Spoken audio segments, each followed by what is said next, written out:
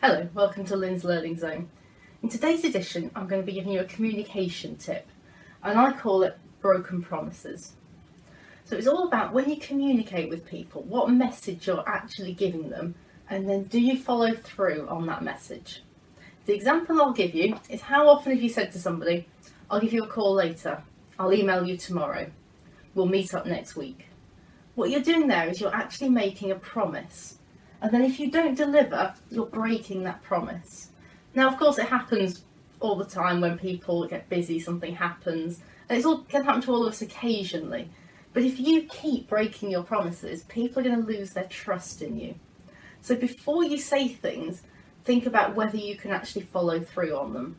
So if you say to somebody, I'm going to send you that email tomorrow, maybe schedule it in your diary, put a reminder on your phone, put a post-it note up in your office. Do something to help you remember to go follow through with that promise.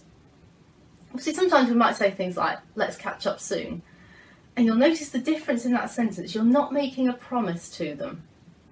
So it's slightly different. You'll just say, we'll catch up soon at some point. You're not setting a particular time or date on it.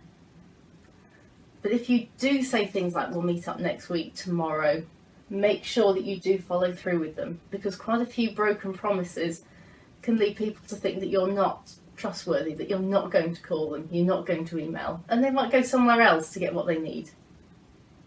A similar example is when you schedule a meeting with somebody and then cancel that meeting. Again, that's the same thing as breaking that promise. You've promised to meet them at that time, at that place, and you're not following through with it. And again, there's lots of really good reasons why people have to cancel meetings, and it is understandable. But don't be one of those people that's continually cancelling on other people, because what you're saying to them is that something else is more important than them.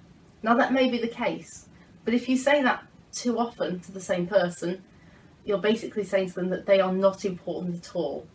And is that really the message that you want to send to them?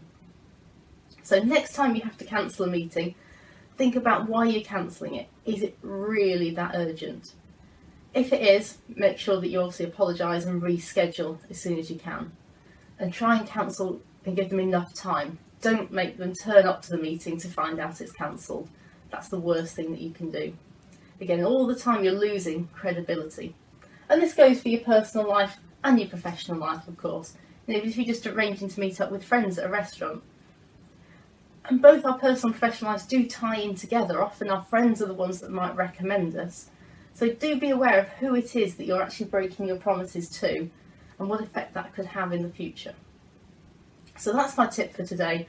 Think about what you're promising people and think about whether you can deliver on it. And if you can, make sure you think about scheduling that time or creating that time to make sure that you do follow through. So thanks a lot for listening. If you do need some further help with your communication skills, please get in touch to see how I can help you. Thanks.